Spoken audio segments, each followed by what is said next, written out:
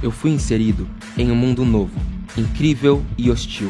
Para este mundo, eu sou um troféu, apenas mais uma conquista através do poder. Poder este que impõe sobre mim sua própria linguagem, suas ideias, sua filosofia, seu conhecimento e sua verdade. Querem me forçar a aceitar uma nova identidade e decidem o que posso e o que eu não posso fazer. Determinam o que devo comer, quem eu devo adorar, quando e como devo adorar. Dispõem da minha vida como se fosse descartável. Eu sou Daniel, aquele que viveu na Babilônia, mas esta não é a minha história, é a sua.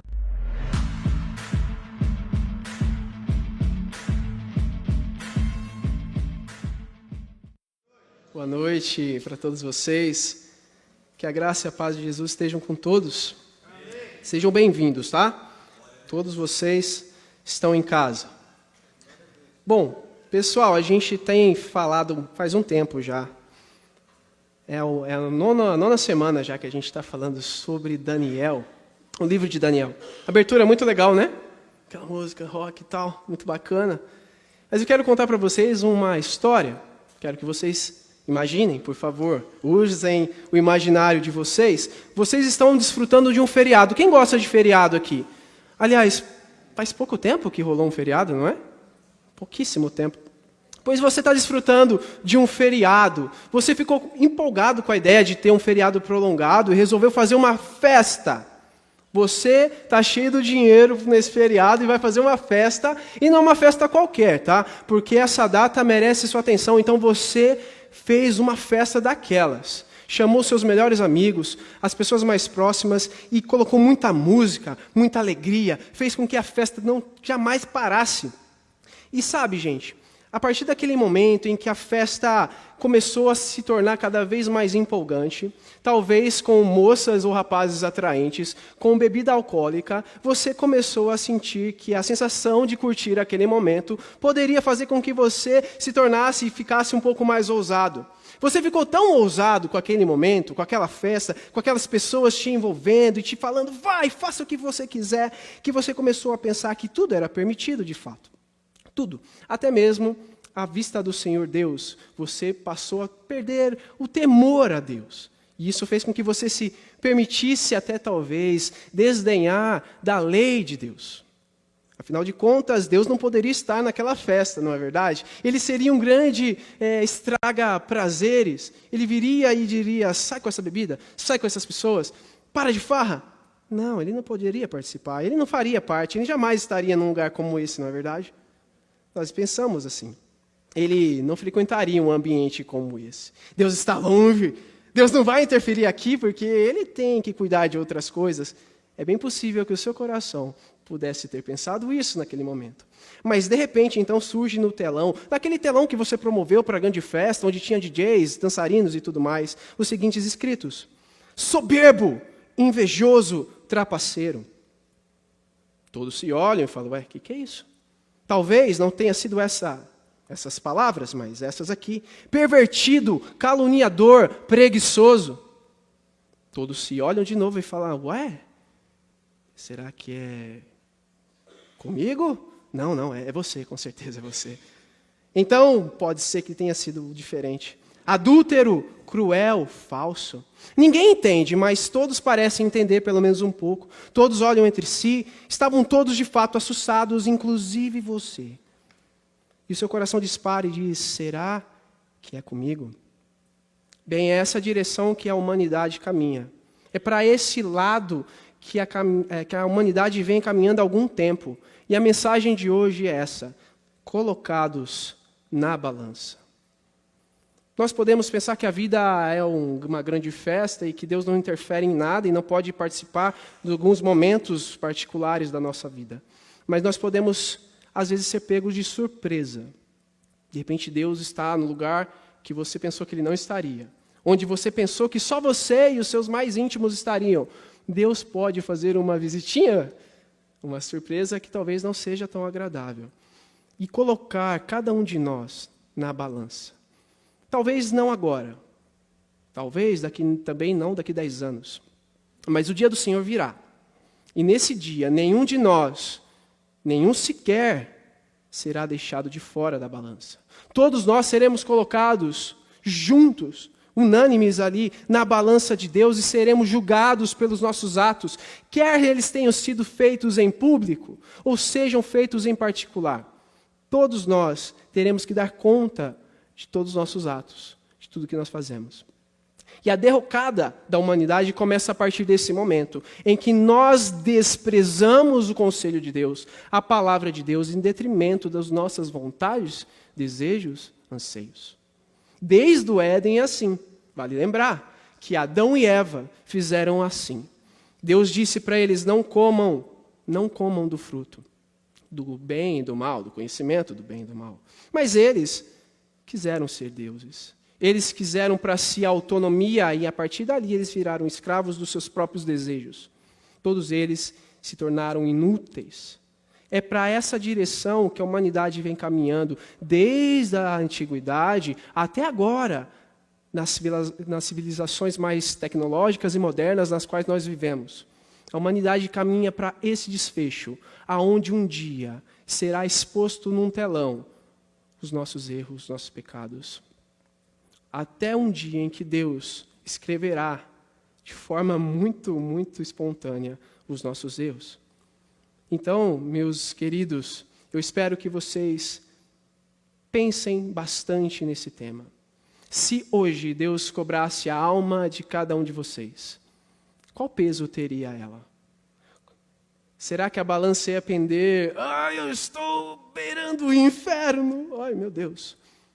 Ou será que você ainda tem uma esperança?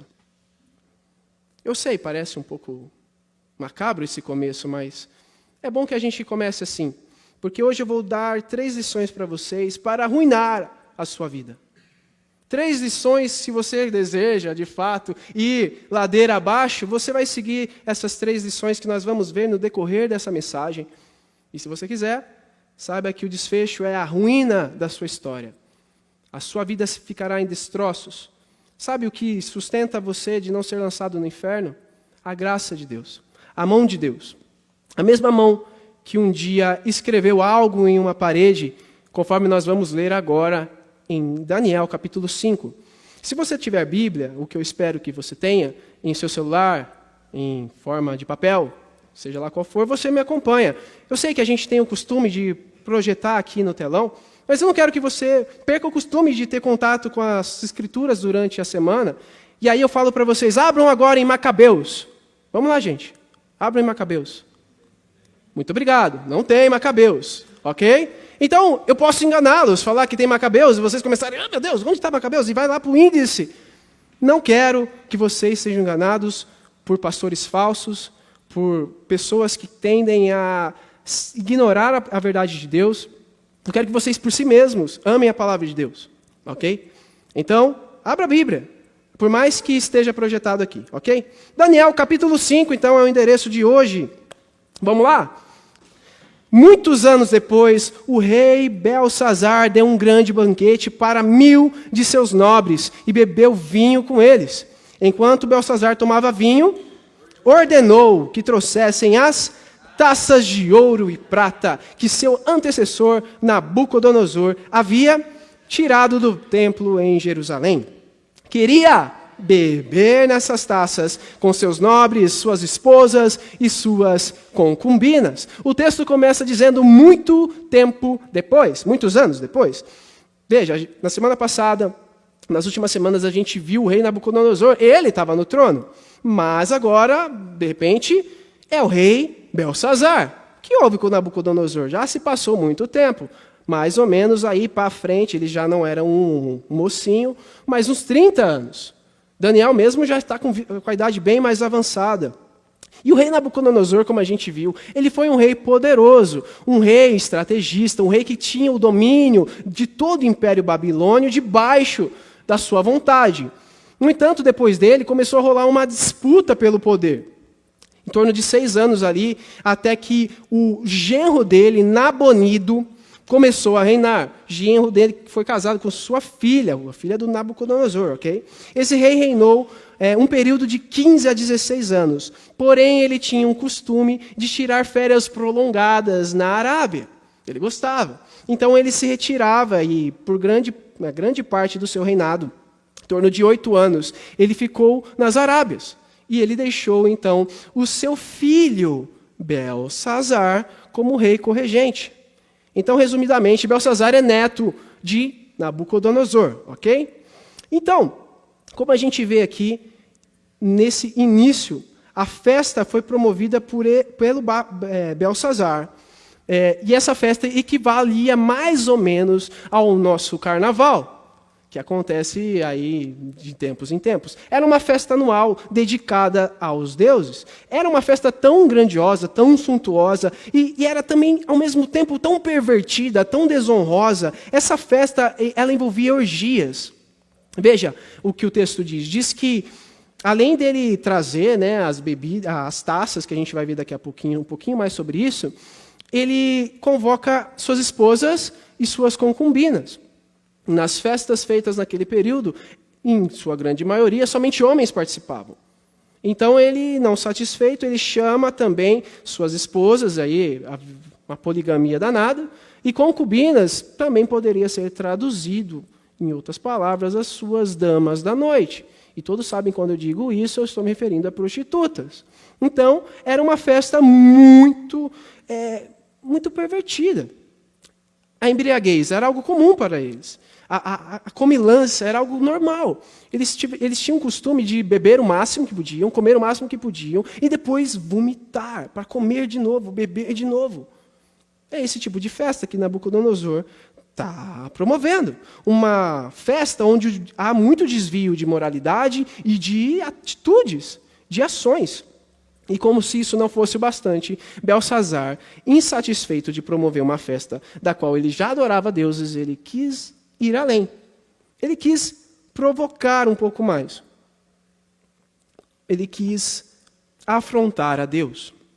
Belsazar quis ir além, ele quis chocar as pessoas. Ele quis que todos os seus convidados olhassem e dissessem: o que você está fazendo, Belsazar? Você vai beber nas taças do Deus de Jerusalém?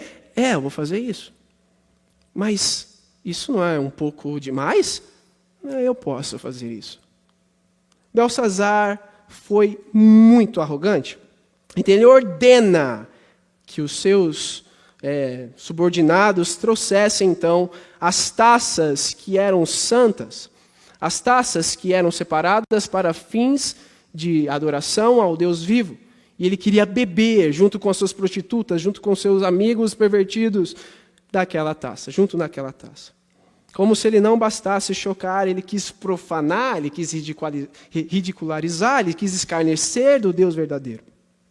Então veja só, ele usa a taça de fins, né, honrosos, santos, para então usar para suas coisas profanas.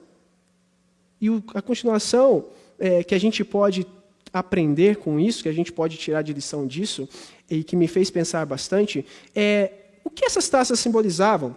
Em outras palavras, o que os símbolos representam.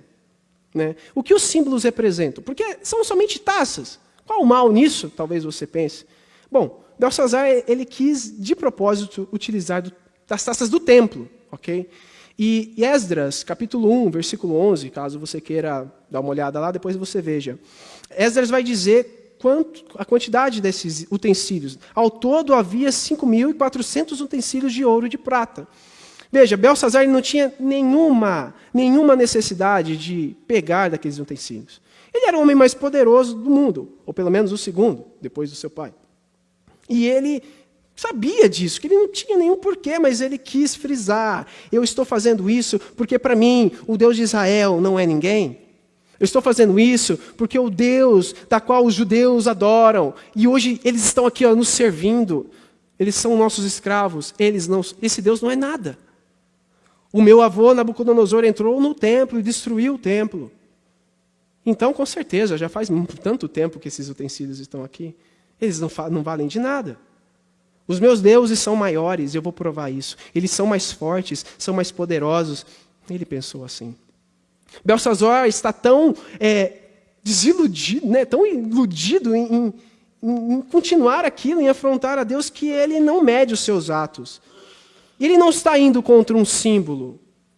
Ele não está simplesmente indo contra as taças que simbolizavam algo. Ele está indo contra aquilo que aquele símbolo representava. E existem pessoas hoje em dia que pensam que símbolos não têm nenhuma importância. E eu, mais uma vez, discordo. Eu quero que vocês vejam essa imagem. O que você sente quando vê esta imagem? O que te faz pensar quando você vê essa imagem? Bom, o fato é que símbolos apontam para algo maior, certo? A cruz suástica, que é a que está em vermelho aí, ou o gesto nazista, que todos já conhecem. E isso daqui nos leva a pensar imediatamente no que eles representam. Eles representam os ideais nazistas e também traz à nossa memória toda a dor, sofrimento, caos que eles causaram, certo? Então, em primeira coisa, símbolos apontam para alguém maior. Quando nós simplesmente levamos como qualquer coisa os símbolos, nós estamos, na verdade, indo contra aquilo que ele representa. Símbolos também demonstram a identidade. Todo mundo que tinha um brasão no braço com a cruz suástica se identificava como um nazista. É simples. É a mesma coisa de eu dizer assim, Palmeiras é Corinthians. Óbvio que não, Palmeiras é muito melhor, não é verdade? Pois é. É claro que os símbolos representam muito mais. É óbvio que representa muito mais. Quando nós vamos ao toalete, nós olhamos para lá e tem um bonequinho de um menino. Eu vou entrar, porque eu sou um homem. Eu sei que hoje em dia está meio confuso isso, mas o bonequinho do menino representa um homem e eu vou entrar. As meninas não vão entrar no mesmo banheiro porque existe um outro banheiro da qual tem um bonequinho de uma mulher. É muito simples. É assim que funciona.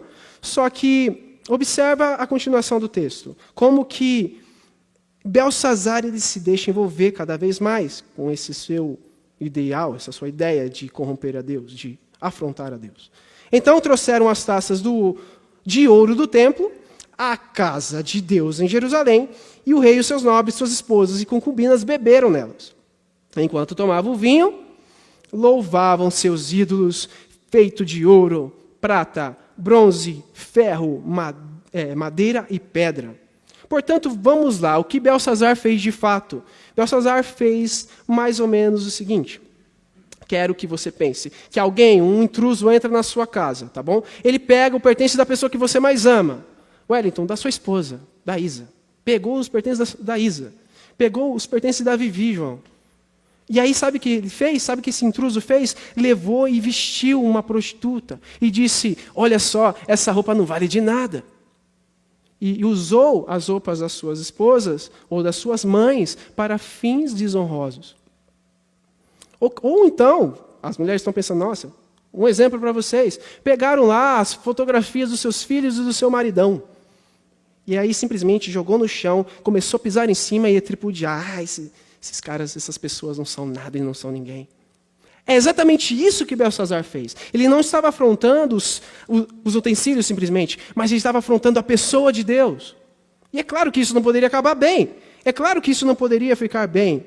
Hoje em dia também não é diferente. Hoje em dia as coisas não mudaram tanto. Em 2020, um grupo de comédia chamado A Porta dos Fundos fez um especial de Natal debochando descaradamente de Jesus.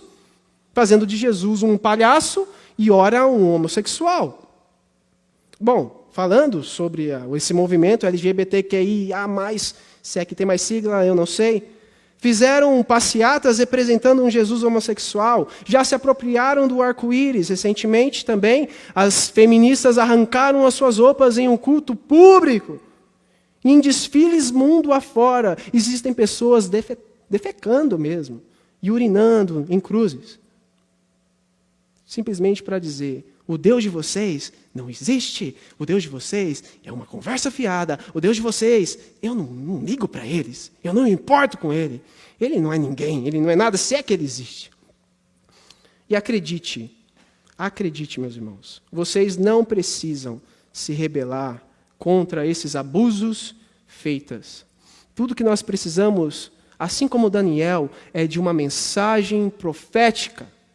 O que nós temos como uma grande missão é dizer que esse mundo está para acabar. Nós temos que dizer para esse mundo que ele será julgado e colocado na balança. Assim como Daniel fez. Daniel não foi até o palácio do rei com uma mensagem de desaprovação ou revolta, querendo quebrar o palácio do rei e entrar e dizer: vocês estão todos perdidos. Ele não faz isso. Nem sequer ele escreve uma nota de depreciação lá no Instagram da época. Ele não faz essas coisas. Daniel fala em nome do Deus vivo. E quando ele fala, ele representa o Deus vivo. Porque ele não é um qualquer. Ele não é simplesmente uma pessoa que não gosta das coisas. Ele é um profeta. Daniel entende isso muito bem. E ele sabe, melhor do que ninguém, que Deus sabe se defender como nenhum outro. Que Deus sabe se defender. Ele não precisa que você tome as suas dores. Ele não precisa que você pegue e pague o mal que é feito aí fora com o mal. O que eu vejo muito corriqueiramente acontecendo nas igrejas é que muitas vezes nós não recebemos alguma desses tipos de pessoas com o devido amor e calor que nós deveríamos. Essa é a verdade. Quando um homossexual entra em nossos tempos, nós sentimos uma estranheza. Existe um incômodo em nós. Nós temos que ser honestos também. Nós não tratamos as pessoas perdidas e que zombam de Deus, veja só, com o devido decoro. Não estou dizendo que nós devemos aplaudir os seus atos, mas nós devemos ter uma voz profética. Nós devemos tratá-los como nós, pois somos pecadores também. Nós fomos alcançados um dia por Jesus. E o desafio nosso é dizer para pessoas poderosas, pessoas que zombam dos nossos gostos, de nossas palavras, que escarnecem de tudo o que nós amamos, e dizer: nós estamos de portas abertas. Nós temos uma mensagem para você. Talvez não seja a mensagem que você queira ouvir, mas é a mensagem que você precisa ouvir. Jesus reina, Jesus governa, Jesus é tudo que você necessita. Largue a sua vida de pecado, abandone os seus ídolos, abrace Jesus. O fato é que Beltsazar fez isso. Ele zombou, ele escarneceu da pessoa mais poderosa, de suas palavras, escarneceu do seu lar, do seu nome. Isso não poderia acabar bem de hipótese nenhuma. Em hipótese nenhuma. A rebelião de Beltsazar, então, se demonstrou como um ato de idolatria, como nós vemos aí. Louvavam os seus ídolos. Bom, as Escrituras dizem exatamente isso, que o pecado da rebeldia é como a feitiçaria. Toda vez que nós agimos assim, em rebeldia, resistindo a Deus e fabricando ídolos imagináveis ou visíveis para nossas vidas, nossos corações começam a a ser colocados em uma balança também. O único que merece a nossa total devoção, louvor, atenção, é Deus. Qualquer outra coisa que você tenha debruçado a sua vida, senão no Senhor Jesus, não vale a sua vida, não vale o seu tempo, não vale o seu esforço. Vamos continuar o texto? O texto vai dizer: de repente, viram dedos de mão humana escreverem no reboco da parede do palácio real, perto do candelabro. O próprio rei viu a mão enquanto ele escrevia, e seu rosto ficou pálido de medo, seus joelhos batiam um contra o outro, e suas pernas vacilavam. A mão também era um sinal, também representava algo naquela ocasião. Ela representava também o juízo de Deus. Aquela mão trazia consigo a mão que construiu todas as coisas. A mão poderosa para lançar qualquer um de nós, agora mesmo, no inferno. A mão que pode simplesmente fazer assim e acabar com tudo. E é mais impressionante, porque parece bem Família Addams mesmo, né? Um filme de terror. Eu sei, Família Addams é divertido, mas imagina uma mão que começa a escrever numa parede, pichar coisas na parede que dizem a seu respeito, que dizem a respeito de nós, exatamente isso que acontece com Beltsazar. E aí, essa mão que aparece, faz com que ele fique cada vez mais assustado, agitado, porque a mão é um prenúncio, gente. A mão vai dizer ali, em outras palavras, o juízo de Deus chegou. Em Êxodo, capítulo 8, versículo 19, depois que os magos de Faraó tentam replicar ali umas pragas que né, Deus lançou, eles fracassaram miseravelmente e eles disseram, não é possível a gente realizar a mesma coisa porque isso é o dedo de Deus. Mais adiante, Deus vai entregar a lei a Moisés. E ele faz isso escrevendo, né? Quando o Senhor terminou de falar com Moisés no Monte Sinai, isso está em Êxodo, capítulo 31, versículo 18, entregou as 2 tábuas de pedra gravadas com os termos da aliança escritas pelo dedo de Deus. 2 coisas interessantes. Uma, o dedo de Deus trouxe juízo lá para os egípcios, e agora o dedo de Deus traz a sua lei, a lei que ele exige de todos nós. No Novo Testamento, Jesus começa a expulsar demônios, porém muitos religiosos da época acusam Jesus que ele fazia isso com o poder do Beelzebul, do Satanás. E Jesus disse, mas se é pelo dedo de Deus que eu expulso demônios, então chegou a vocês o reino de Deus. O fato é que o dedo de Deus aqui, nesse texto de Daniel, veio trazer julgamento. Veio trazer juízo. Belsazar não sabe exatamente o que está acontecendo, porque ele não consegue ler o escrito, mas ele sabe e ele teme. Aparentemente, o terror que assombra todos os culpados invade o coração de Belsazar e o domina. Suas pernas batem uma contra a outra. Ele parece um bambu tremendo.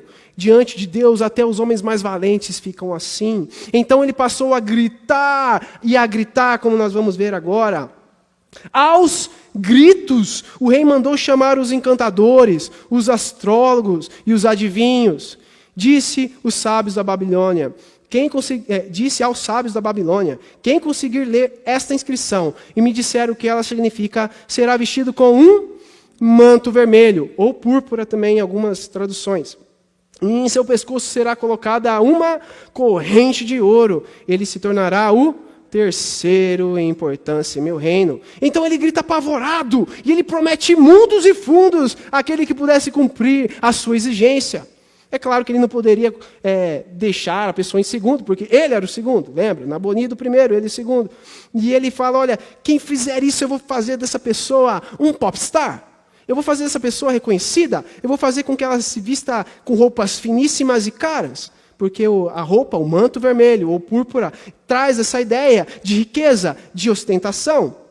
E não é à toa que depois ele fala sobre correntes de ouro. E os nossos rappers e MCs de hoje em dia que o digam, não é verdade? Vestem correntes de ouro e que trazem essa ideia de ostentação, de poder, de riqueza. São pop stars. São pessoas que estão em evidência.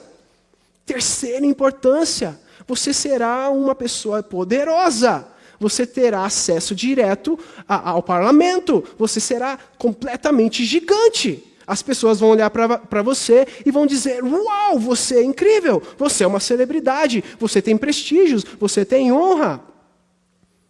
Exatamente isso que Belsazar promete àquele que realmente cumprir aquilo que ele pede. Então, os primeiros que eles chamam são os encantadores, astrólogos e adivinhos. E o que eles fizeram? Vai, uma chance para vocês. Pois é, vamos lá.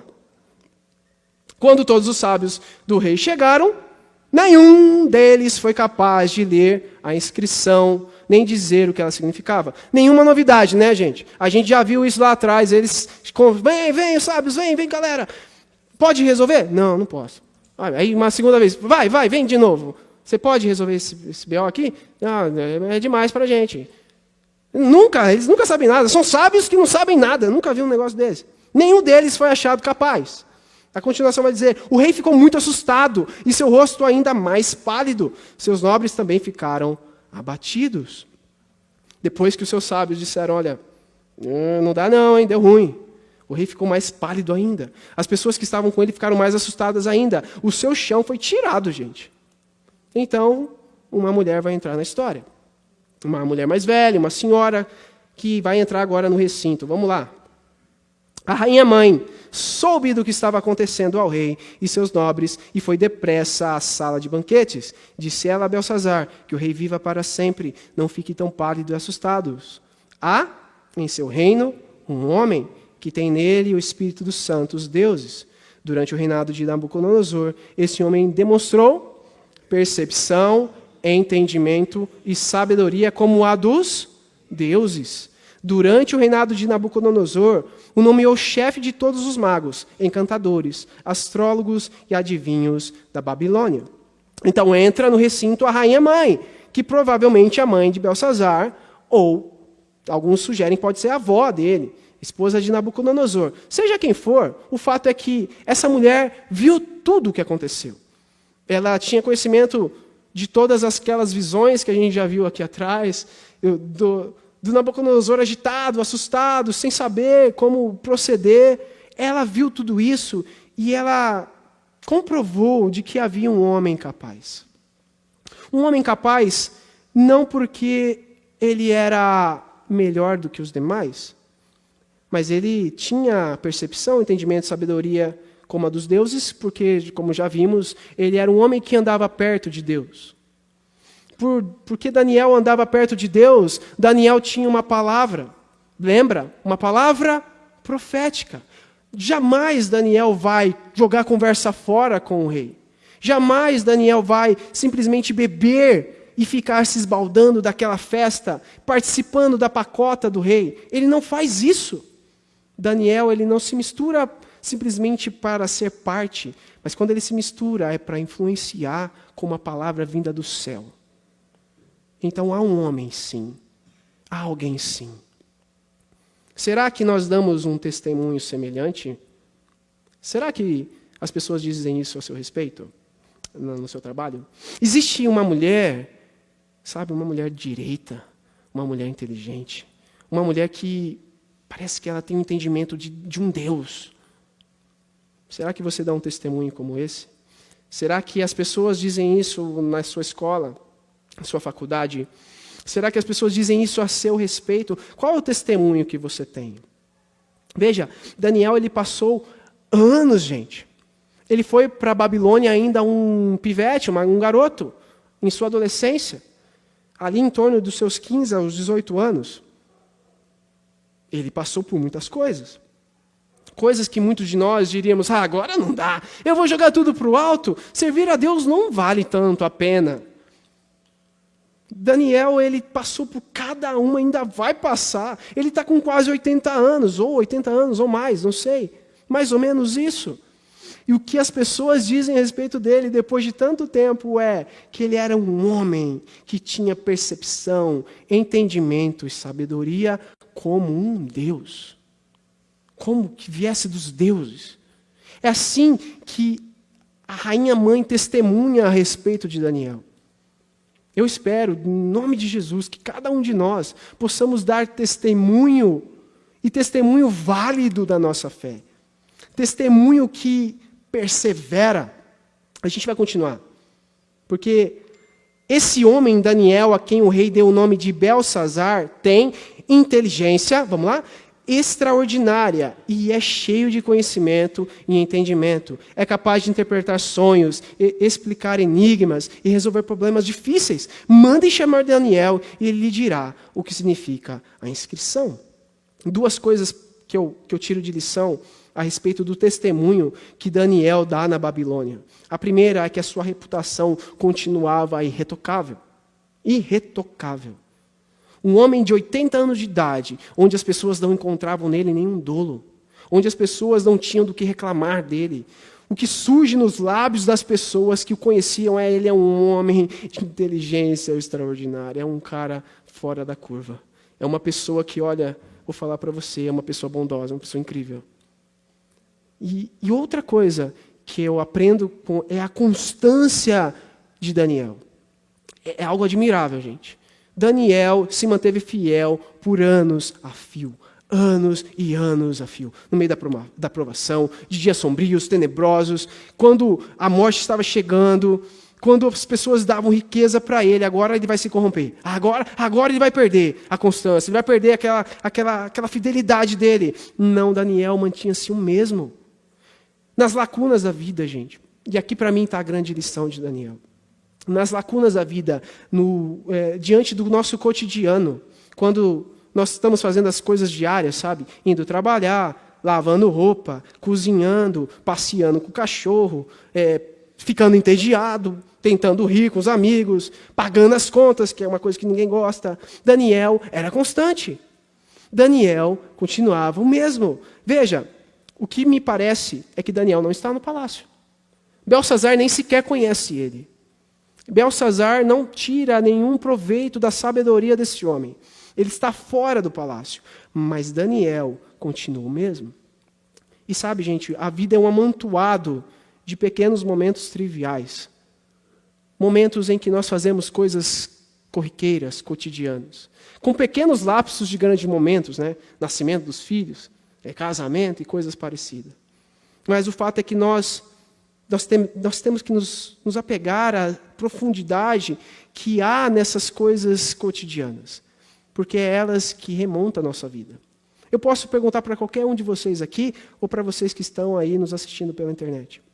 O fato é que se eu pedir para você lembrar alguma coisa das pessoas que você mais ama, as coisas que você vai lembrar não vai ser as mais grandiosas. Vai ser talvez você escovando o dente com a sua esposa, ou vendo a sua mãe cozinhar, ou você caminhando junto com seus filhos e vendo eles correrem. Coisas completamente comuns. Porque a nossa vida, gente, ela é vivenciada nessas pequenas coisas. A nossa vida é esse amontoado. E nós devemos dar valor a essas coisas. Porque um dia nós vamos lembrar lá atrás, não é das coisas grandiosas que fizemos, mas da constância do dia a dia que nós vivemos. E com a intensidade que nós vivemos. O fato é que Daniel, ele, até onde nós sabemos, ele se virava em direção ao templo, o antigo templo que foi destruído, e ele orava 3 vezes por dia, para ser mais exato, 3 vezes por dia sempre, sem falhar. Essa era a rotina de Daniel. E como ele valorizava a sua rotina, porque a sua rotina que fortalecia ele para o dia mais difícil. Para o dia da cova dos leões, como um dia nós vamos ver, em breve. O fato é que eu peço que vocês não desprezem as pequenas coisas triviais de sua vida. Não despreze o almoço com seus filhos. Não despreze o almoço com a sua família. Não despreze o abraço dos seus pais. Não despreze. Porque são essas coisas que se demonstrarão grandiosas quando você estiver sozinho. São essas coisas. E são essas coisas que fizeram que Daniel se transformasse nessa grande coluna, nesse homem firme no dia mais difícil, como nós estamos vendo agora. Daniel foi levado à presença do rei, que lhe perguntou: você é Daniel? Perceba, por todo o livro até aqui, Daniel foi chamado de Beltesazar, mas jamais se reconheceu como um Beltesazar. Porque ele era Daniel. E Daniel significa Deus é meu juiz. E não poderia ser melhor momento para ele dizer isso. Porque Deus haveria de julgar a Babilônia naquele mesmo dia. Então Daniel, você é Daniel, um dos exilados trazidos de Judá, por meu antecessor, o rei Nabucodonosor, soube que o Espírito dos deuses está em você e que é cheio de percepção, entendimento e sabedoria. Meus sábios encantadores tentaram ler as palavras na parede e me dizer o que significam, mas não conseguiram. Soube que você é capaz de interpretar e resolver problemas difíceis. Se conseguir ler as palavras e disser o que significam, será vestido de um manto vermelho e em seu pescoço será colocada uma corrente de ouro. Você se tornará o terceiro em importância em meu reino. Se você conseguir, a promessa continua de pé. Daniel, farei de você um homem magnífico. A sedução da Babilônia é sempre essa. Nos tornar pessoas honrosas, cheios de prestígio, louvor, riquezas, status, poder. A Babilônia continua prometendo isso. E se a gente parar para pensar, Daniel poderia gritar na cara de Belsazar: louco! Você é maluco, cara. Você não sabe o que está para acontecer daqui a pouco. Porque se você soubesse que o seu reino, as correntes de ouro, as roupas vermelhas, vão evaporar agora. Belsazar, a sua ruína está próxima. Daniel, ele já pertencia a um outro reino. Daniel já tinha a sua riqueza. Daniel não precisava das bajulações que a Babilônia prometia. Então Daniel resolve, mesmo assim, responder à proposta do rei assim. Daniel respondeu ao rei: guarde seus presentes ou entregue-os a outra pessoa, mas eu lhe direi o que significa a inscrição. Ó rei, o Deus Altíssimo deu sabedoria, majestade, glória e honra ao seu antecessor Nabucodonosor. Ele engrandeceu de tal modo que povos de todas as raças, nações e línguas estremeciam de medo diante dele. Matava quem ele queria matar, e poupava quem ele queria poupar, honrava quem ele queria honrar, e humilhava quem ele queria humilhar. O que Daniel deixa muito claro, então, para Belsazzar é o seguinte: o meu ministério, a minha vida, não está à venda. Guarde os seus presentes. Isso me faz lembrar de Pedro, repreendendo o seu xará Simão, né? Em Atos capítulo 8, versículo 20 a 23. Ele diz assim: pereça você e o seu dinheiro. Pereça você e o seu dinheiro. Porque Simão quis comprar o poder do Espírito Santo. Daniel não servia ao rei Belsazzar tão somente. Ele servia a um rei muito mais magnífico, muito maior. Ele servia o Deus. Ele não servia Mamon. Ele não servia as riquezas. Daniel era um profeta, ele não queria ser famoso, ele não quis negociar o seu ministério com políticos, ele não quis negociar nem trocar o dom de Deus com os homens. Daniel não negocia a sua vida. Ele diz mais ou menos como Paulo disse certa vez: se agradasse a homens eu não seria servo de Cristo. Daniel, ele falava brandamente quando devia, mas ele também falava de forma dura quando era necessário. E o que Daniel está sendo aqui é um pouco ríspido com esse rei. Porque às vezes palavras suaves não quebram um coração duro. Belsazzar estava totalmente duro. O coração dele era uma pedra total. E sabe o que é pior, gente? A mentira pode até parecer um caminho seguro, um caminho bem pavimentado, mas a verdade é que só a verdade liberta. Só a verdade é capaz de trazer para nós um direcionamento. E Daniel vai direto nesse ponto. Daniel fala: olha, eu não preciso dessas coisas, mas eu vou te dizer mesmo assim. O Deus Altíssimo um dia honrou o seu avô com grande poder. Fez dele um homem magnífico, grande. Ele fazia o que ele queria. Mas veja só o que vai acontecer com ele. Quando, porém, seu coração e sua mente se encheram de arrogância, ele foi tirado do seu trono e despojado de sua glória. Foi expulso do convívio humano.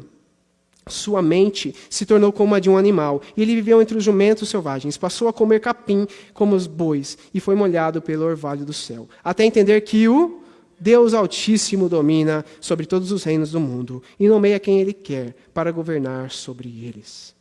Daqui em diante, Daniel vai explicar ao rei como ele vai arruinar a vida dele, de forma assim totalmente espontânea, sem a ajuda de ninguém. Ó Belsazzar, o Senhor é sucessor dele e sabia de tudo isso, mas mesmo assim não se humilhou, desafiou o Senhor dos céus e mandou trazer essas taças do templo. O rei, seus nobres, suas esposas e suas concubinas beberam vinho dessas taças, enquanto louvavam deuses de prata, ouro, bronze, ferro, madeira e pedra. Deuses que não veem, não ouvem, nem sabem coisa alguma. Por isso Deus enviou a mão que escreveu a mensagem. Esta é a mensagem que foi escrita. Mene, mene, tekel, parsim. E este é o significado das palavras. Mene, Deus contou os dias de seu reinado e determinou o seu fim. Tekel, você foi pesado na balança e não atingiu o peso necessário. Parsim, seu reino será dividido e entregue aos medos e aos persas. Meus irmãos, mas o que exatamente foi pesado? O que exatamente Deus colocou na balança? Algum palpite? Não? Você tem algum palpite? Escreve aí. O que foi colocado na balança? Eu vou trazer a resposta para vocês em 3, 2, 1, vamos lá? O coração. Todos os caminhos do homem lhe parecem puros, mas é o Senhor quem avalia o espírito. Todos os caminhos do homem lhe parecem justos, mas é o Senhor que pesa o coração. O Senhor avalia cada coração e é Ele quem irá julgar de acordo com o que fazemos. Belsazar teve o seu coração pesado e o seu coração foi achado em falta. Porque ele tomou pelo menos 3 passos na direção de sua ruína. Ele tomou decisões que conduziram a sua vida à desgraça. E eu separei esses 3 passos e espero que você os evite, tá bom? Número 1, ser irresponsável. Ser irresponsável. Nós temos o costume de não nos responsabilizar, ok? Pelos nossos atos. Nós achamos que a culpa é sempre de outro, e é assim desde sempre. Nós temos essa tendência. A gente lembra de Eva culpando Adão, ou melhor, culpando a serpente, Adão culpando a Eva. A gente fica jogando sempre a culpa em alguém. Nós dificilmente fazemos uma autocrítica. Nós dificilmente avaliamos nós profundamente. A culpa é sempre da outra pessoa, porque ela nos tirou do sério. Ela incitou a minha ira, por isso que eu tenho esse temperamento iracundo. É claro que eu agiria dessa forma, porque qualquer um agiria assim no meu lugar. A culpa é das circunstâncias, não pode ser minha. A culpa é de todos e de tudo, menos sua, menos nossa. Porque nós temos essa tendência de não nos responsabilizar. No entanto, Daniel não dá essa alternativa, tá bom? Ele não deixa o rei como alternativa dizendo, olha, eu entendo o rei. Você só age dessa forma porque as coisas não estão alinhadas ainda na sua vida, mas quando tudo melhorar, eu sei que o rei terá um coração bondoso e agirá de forma diferente. Não, Daniel ele não fala isso, ele não passa a mão na cabeça do rei Belsazar. Ele também não diz, rei Belsazar, você não sabia. Como estando dentro do palácio real, durante a vida toda, poderia saber do que aconteceu? É óbvio que o senhor não sabia. É óbvio que você não tem culpa alguma. Só que, ao invés disso, Daniel vira para ele e diz assim, ó Belsazar, o senhor é sucessor dele e sabia de tudo. Não há ninguém que não tenha responsabilidade sobre os seus atos. Todos nós, desde a criação, como diz Romanos capítulo 1, versículo 20, pois desde a criação do mundo, os atributos invisíveis de Deus, seu eterno poder e sua natureza divina têm sido vistas claramente, sendo compreendidas por meio das coisas criadas, de forma que tais homens são indesculpáveis. Em outras palavras, todos nós somos responsáveis pelo que fazemos ou deixamos de fazer. Belsazar ele não deu atenção ao passado. Ele agiu levianamente quando ele ouviu as histórias do seu avô, quando ele viu seu avô louco da cabeça, por 7 períodos, em torno de 7 anos, e ele vivenciou tudo isso, mas ele não deu atenção a tudo que havia acontecido. Isso aqui vai uma dica para os mais jovens, ok? Isso inclui, eu me incluo. Nós, mais jovens, às vezes pensamos que nem nada vai ser, tudo vai ser diferente com a gente. Nada vai acontecer igual aconteceu com os nossos pais, nossos avós. Que eles não têm nada para nos ensinar, porque afinal de contas eles são um bando de velho que não sabe de nada. Só que a verdade é o seguinte, se nós não olharmos com atenção, se nós ignorarmos agora os ensinamentos dos mais velhos, um dia passaremos pelas mesmas coisas e nós iremos cair igualmente. O que acontece é que Belsazar não deu atenção alguma. E Daniel expõe Belsazar. Não foi por ignorância, não foi por falta de conhecimento, porque você sabia. E sejamos honestos, meus irmãos. Sejamos honestos.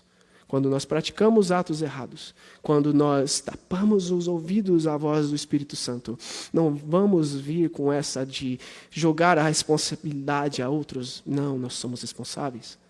Nós sabíamos. Nós agimos como agimos com total consciência. O que torna ainda pior, o que torna de nós cada vez mais e mais responsáveis aos nossos atos. Então não adianta a gente se enganar com autocomiseração, nem com afagos pessoais dizendo, eu sou uma pessoa que mereço atenção, eu não fiz nada de propósito. Muitas vezes nós fazemos. E nós devemos reconhecer que todos nós sabemos o que devemos fazer. O problema é que muitas vezes nós não o fazemos. Então a segunda lição que nós podemos aprender é que Belsazar foi arrogante. Se você quer levar a sua vida à ruína, seja arrogante, você vai chegar lá. Ó Belsazar, o rei, o Senhor é sucessor dele, sabia de tudo isso, mas mesmo assim não se humilhou. Daniel contou ao rei tudo o que ele já sabia, o rei já sabia. E disse, você não teve a postura certa mesmo sabendo. A postura certa não é se ufanar, não é inflar, mas é esvaziar. É se render, é se lançar. Você está imitando a velha conduta do velho, antigo Nabucodonosor. Não é à toa que a Bíblia diz sempre que o orgulho precede a queda. A ruína de Belsazar está em instantes, porque ele se orgulhou muito além do seu antecessor. O orgulho está tão presente na vida dele, está tão instaurado, tão instalado dentro do seu coração, que ele age de forma assim totalmente espontânea. Ele não leva em consideração em momento nenhum a Deus. Em nenhum momento ele pensa em Deus. Belsazar tinha que se humilhar, mas ao invés disso, ele quer se elevar ainda mais. O melhor lugar que nós podemos estar, meus irmãos, é aos pés de Jesus. Não é diante dele de pé como um igual. Você pode até o seu valor, porque Jesus morreu por você, mas saiba de uma coisa, o seu valor é muito pequeno perto da glória e do poder que ele tem. Jamais, em hipótese nenhuma, pensa ser maior do que você é. O melhor lugar para nós é aos pés dele. Humilhar é crescer de fato. Quando nós nos exaltamos, nós estamos nos diminuindo. É exatamente isso que Belsazar faz. É exatamente assim que ele age. É quando nós reconhecemos que somos pobres de espírito, que não temos nada a oferecer, que o reino de Deus, o reino do céu se oferece e vem gratuitamente a nós. Quando reconhecemos que não temos nada. O problema de Belsazar era um problema que invadiu todo o reino da Babilônia. Deus puniu o seu povo quando a Babilônia invadiu lá e destruiu por completo Jerusalém. Mas a Babilônia, ela ficou tão glamurosa, se exaltou de tal forma, se transformou em uma cidade tão fortificada, tão intransponível, que começou a pensar que não era possível vencer dela. Que todos que entrassem ali seriam de fato aniquilados, e eles ficaram orgulhosos. Babilônia era essa cidade grandiosa, cheia de poderes, muros de 30 andares, mais de 300 pés de altura, 80 pés de espessura, de largura. Mas eles não sabiam o que estava para acontecer. Os profetas já predisseram isso. Quero que você abra comigo a sua Bíblia, não vou pôr aí, tá bom? Eu quero que você abra comigo aí, Isaías capítulo 47.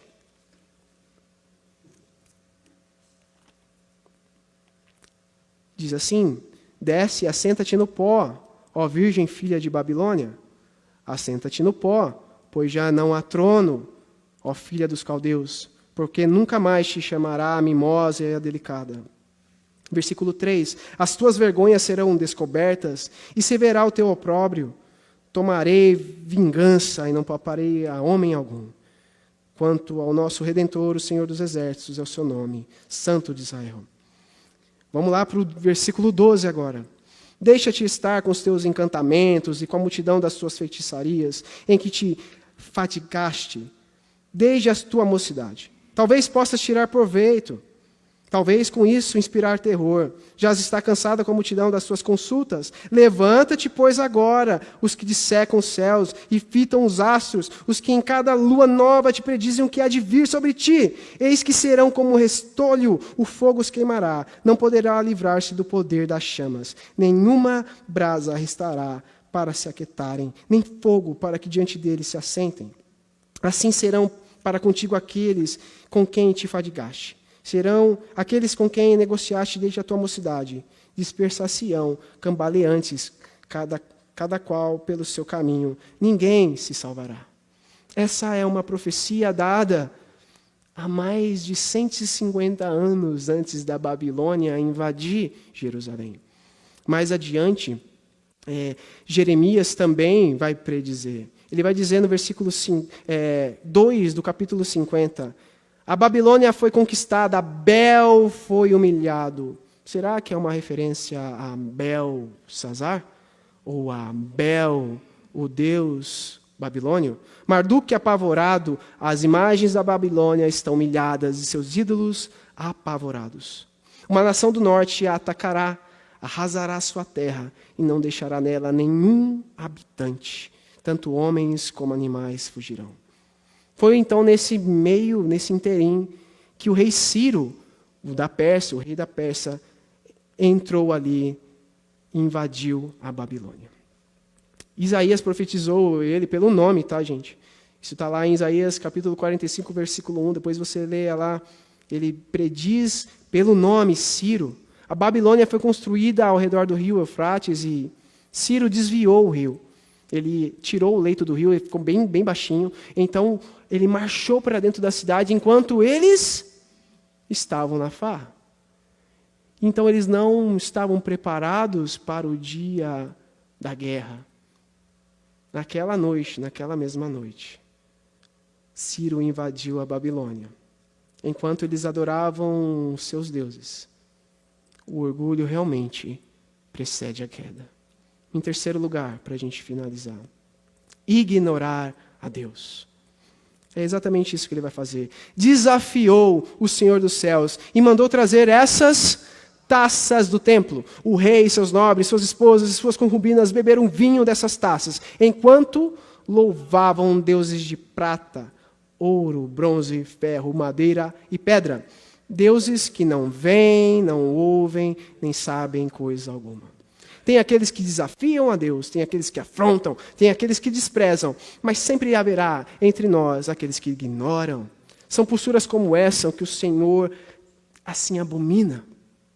E nesse desafio de Belsazar está relacionado intimamente a sua idolatria. Ele ama os seus deuses. Ele ama servir os seus deuses. Então, meus irmãos, quatro posturas que convergem nesse ignorar. Primeira coisa, incredulidade. Não crer que a palavra de Deus é realmente real. Belsazar não creu, em hipótese alguma, que aquelas taças tinham algum valor. Incredulidade pode levar a cada um de nós à ruína. Outro I para você, indiferença. Belsazar, ele era totalmente indiferente às coisas de Deus, às palavras de Deus, àquilo que Deus fazia. Ele jamais consultava a Deus, ele consultava os seus ídolos, que não veem, que não ouvem, nem sabem coisa alguma. Ele não dava atenção ao Deus que tudo sabe. Terceiro I, irreverência. Aqui nenhum de nós pode pensar que não somos irreverentes. Às vezes nós estamos tão familiarizados com a casa de Deus, tal como Uzá. Isso está lá em 2 Samuel. Uzá, ele, dentro da sua casa, por mais de 20 anos, a arca do Senhor ficou lá. Provavelmente ele se escondia perto dali, brincava de esconde-esconde com o seu irmão. Ele ficou tão familiarizado que quando ele foi levar a arca junto com algumas pessoas até Jerusalém, quando a arca está para cair, ele coloca a mão. Num ato totalmente de irreverência, sendo que ele não podia, e ele é morto. A irreverência de Belsazar é ainda pior, porque ele tripudia em cima, ele não leva em consideração a Deus, ele não se importa com Deus. Ele é completamente, que é isso? Não importa. E eu tenho uma coisa ainda mais alarmante para dizer. Muitas vezes a gente vê os mais jovens, estou dizendo para nós, para as pessoas mais velhas, olhamos para os mais jovens e dizemos, nossa, não há mais irreverência. O que eles estão fazendo? Mas eu tenho uma coisa para dizer, eles são reflexo da gente, da nossa atualidade. Quando nós vemos crianças que agem de forma irreverente ou adolescentes que agem de forma irreverente, eles estão vendo como nós nos comportamos. Essa é a verdade. Nós devemos realmente resgatar a reverência a Deus, o temor a Deus. Pois assim precede toda a sabedoria, todo o conhecimento, tudo que é de bom quando nós tememos a Deus.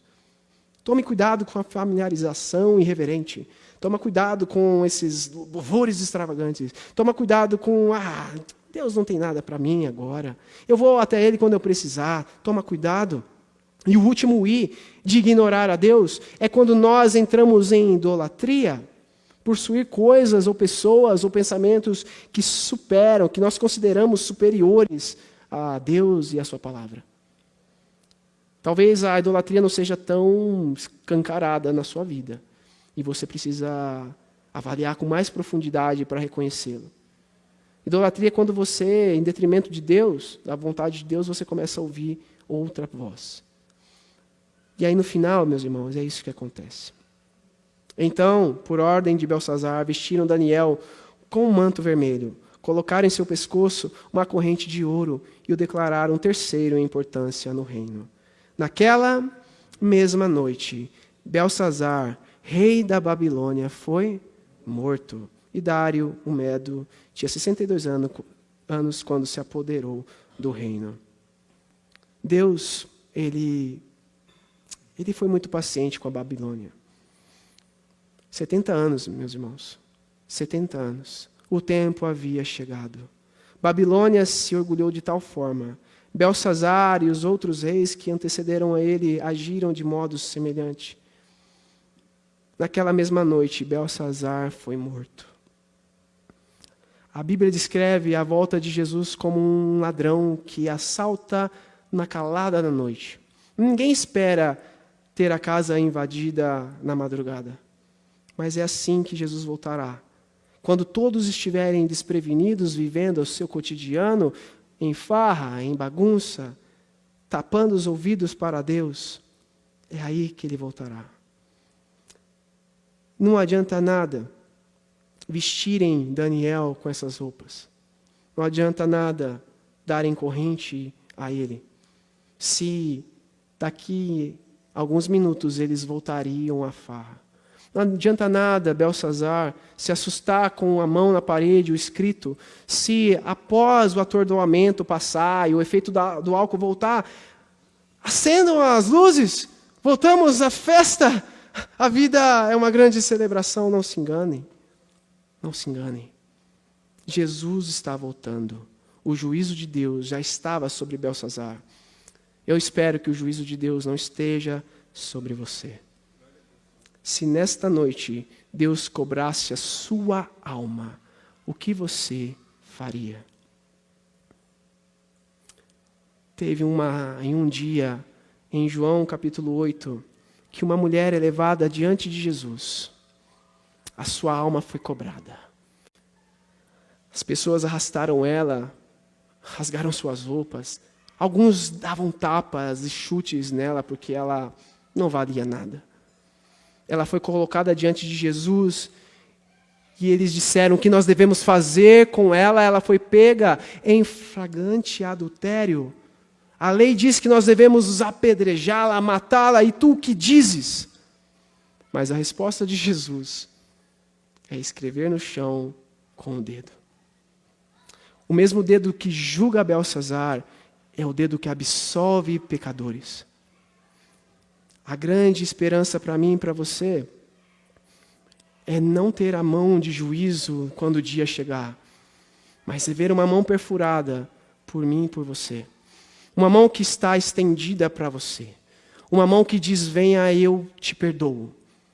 Venha, eu tenho algo para você. A mesma mão que julga o mundo é essa mão graciosa e amorosa que te oferece de graça agora acolhimento e salvação. Um dia Jesus irá julgar todos nós.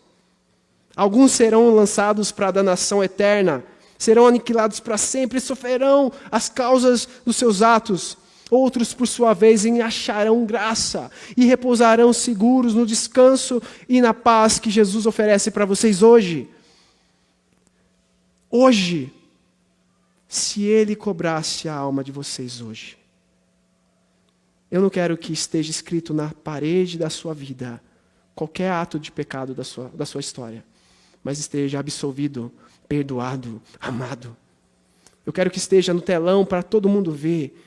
Não há culpa, eu te perdoo. Vá e viva uma vida distante de pecado. Eu tenho para você uma oferta muito melhor. O que a Babilônia te ofereceu não vale de nada. O meu reino é vida e é paz.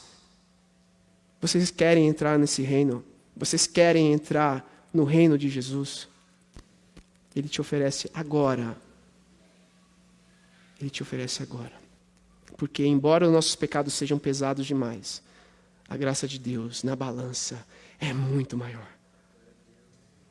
Quero orar por vocês, quero orar com vocês. Se você que está me ouvindo aí quer entregar sua vida, Escreve aí, eu quero. Se você que está aqui deseja de verdade, tá bom? Nós não fazemos teatro aqui. Se você quer fazer de verdade uma entrega para Jesus, entrar no seu reino, participar da sua graça, faça isso agora. Eu convido a você a ficar de pé, se você tem esse desejo. E eu quero orar com cada um de vocês. Jesus, o teu reino é eterno. Nós não queremos ser achados em pecado e em falta. Nós somos, quando todos colocados na balança, somos achados em falta. Mas nós reconhecemos que Jesus já pagou tudo por nós. Jesus, vem ao nosso encontro. Queremos aprender a desviar do mal e fugir, Deus, da ruína que esse mundo propõe para cada um de nós. Queremos descansar, Deus, no seu nome e no seu poder. Queremos, Jesus, agora, entregar nossas histórias. Será todos os dias, não adianta a gente fazer isso agora, simplesmente. Se durante os restantes dos dias nós não temos constância. Em nome de Jesus, Pai, que nós não venhamos a ser irreverentes e irresponsáveis, Deus, diante do Senhor. Nós somos responsáveis por nossos atos. O Senhor quer que nós vivamos de forma tal que o Senhor é glorificado em nossas vidas. Nós não queremos partir para a arrogância e para o orgulho, pois nós sabemos que Ele precede a queda, que Ele, Deus, nos levará diretamente para a ruína. Mas nós também não queremos ignorar, Deus, a sua voz. Por isso, Espírito Santo, nós damos ouvido agora à sua voz. A sua voz que faz estremecer o nosso coração. Nós entregamos a Ti as nossas vidas. Eu peço que todos esses que reafirmam ou fazem pela primeira vez esse encontro com o Senhor, que esse momento seja levado como uma grande honra diante de Ti, seja santificado diante de Ti agora, Jesus. E que jamais perca o seu poder. O poder que atua agora em cada um de vocês, farão com que vocês vivam de forma plena e santa diante de Jesus.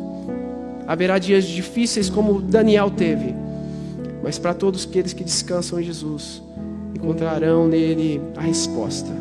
Jesus, nós queremos Te louvar e Te agradecer. Obrigado por isso. Obrigado pelo Seu amor. Obrigado pela Sua graça. Obrigado porque nós podemos agora descansar de que nós não seremos mais julgados, Pai. Não seremos condenados, mas encontramos perdão.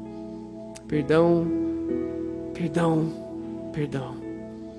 Por isso nós pedimos, Deus, por favor, nos conserve diante da Sua presença. Nós não amamos o mundo, nós não amamos a Babilônia, nós pertencemos ao Teu reino. Em nome de Jesus. Amém.